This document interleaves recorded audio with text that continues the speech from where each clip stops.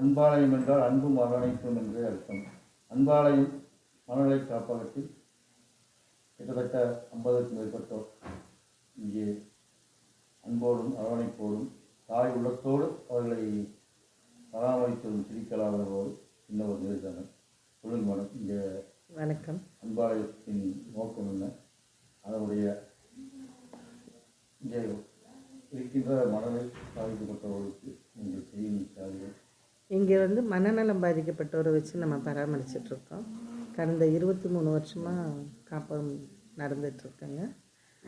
இப்போ இதில் வந்து மனநலம் பாதிக்கப்பட்டவங்களுக்கு டாக்டர்ஸ் வந்து ட்ரீட்மெண்ட் கொடுக்குறாங்க.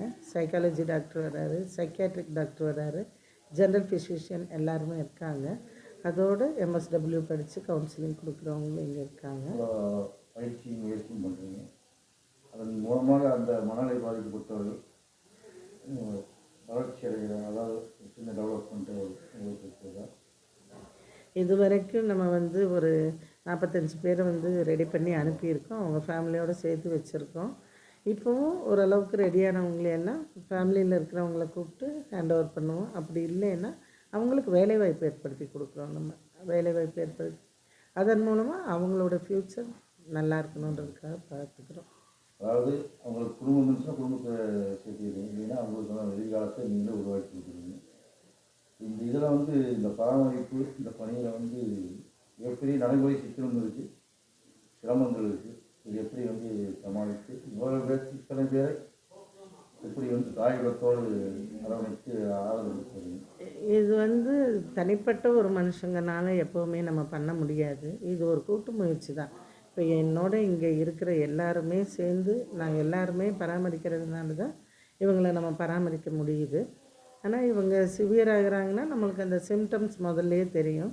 உடனே டாக்டர் கூப்பிட்டு இந்த மாதிரி பண்ணுறாங்கன்றது சொல்லிட்டோம்னா அவர் அதுக்குண்டான மெடிசன்ஸ் திரும்ப ஆட் பண்ணி கொடுக்கணுமா இல்லை வேறு மெடிசன்ஸ் கொடுக்கணுமான்றது அவர் சொல்லுவார். பொதுவாக இந்த மாதிரி பாதிக்கப்பட்டவர்களுக்கு வன்முறை இருக்குது. கண்டிப்பாக. அதை எப்படி எதிர்கொள்கிறது? அதுதான் இந்த அமாவாசை டைம்லெல்லாம் பார்த்திங்கன்னா, பௌர்ணமி அமாவாசை டைம்லெல்லாம் எங்களுக்கு இந்த ப்ராப்ளம்ஸ் நாங்கள் ஃபேஸ் பண்ண வேண்டியதாக இருக்குது. அந்த மாதிரி நேரங்களில் அவங்க இந்த மாதிரி சிம்டம்ஸ் மாறும்போதே டேப்லெட்ஸ் கொடுத்து அவங்கள சாந்தப்படுத்தி தூங்க வைக்கணும். தூங்க வச்சுட்டா அவங்க திருப்பி நார்மல் ஆயிடுவாங்க.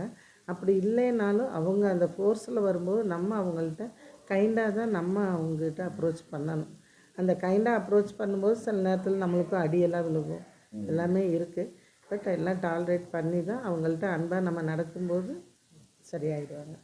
ஓ, அவங்க சில நேரம் இப்போ அடிக்கவும் செய்கிறாங்க. அதாவது அவங்க அறியாமல் செய்கிறது, அதையும் வந்து நீங்கள் வந்து பொருட்படுத்தாமல் இந்த காப்பகத்தில் ஒரு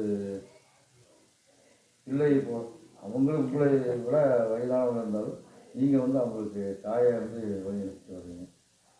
இதில் வந்து உங்களுக்கு பாதிக்கப்பட்ட தருணமோ இல்லை இப்படி இவங்களெல்லாம் பராமரிப்பு மூலம் நமக்கு இவ்வளோ இது இருக்கிறது ஏதோ சோறு ஏதாவது அந்த காலகட்டம் வந்துருக்குங்களா?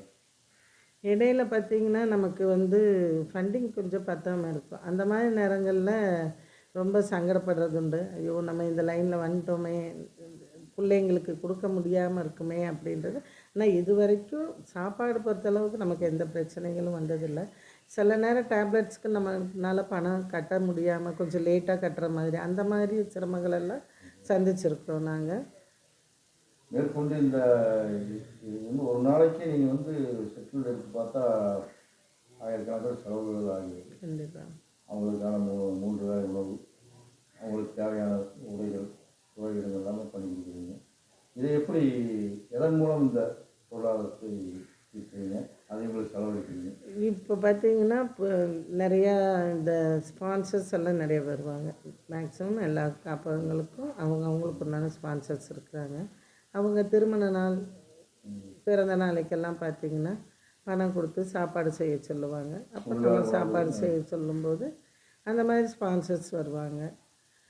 ஒரு சிலர் பார்த்திங்கன்னா வீடுகள்லேருந்து கொண்டுட்டு வந்து விடுறவங்களும் இருக்காங்க. அவங்க வந்து மாதமான ஏதாவது மெடிசனுக்கு அவங்களுக்கு உண்டான இதுக்கு உண்டான பணம் கொடுப்பாங்க. இப்போ நீங்கள் மருத்துவர்கள் வராங்க, இந்த வந்து சிகிச்சைகள் அவங்களுக்கான அவங்க இலவசமாக இல்லை சேவை மனப்பான்மையோட வருகிறாங்க, இல்லை அவங்களுக்கும் நீங்கள் வந்து தொகை கொடுக்கணும்? அவங்களுக்கும் ஏன்னா அவங்க எல்லாருமே தூரத்துலேருந்து வந்துட்டு போகிறவங்க, அவங்களுக்கு உண்டானது நம்ம ஏதாவது பண்ணி தான் ஆகணும். அதனால் ஃப்ரீயாக யாரும் இது பண்ண மாட்டாங்க. அதுக்கு உண்டான சார்ஜஸ் நம்ம ஏதாவது பண்ணி தான் ஆகணும்.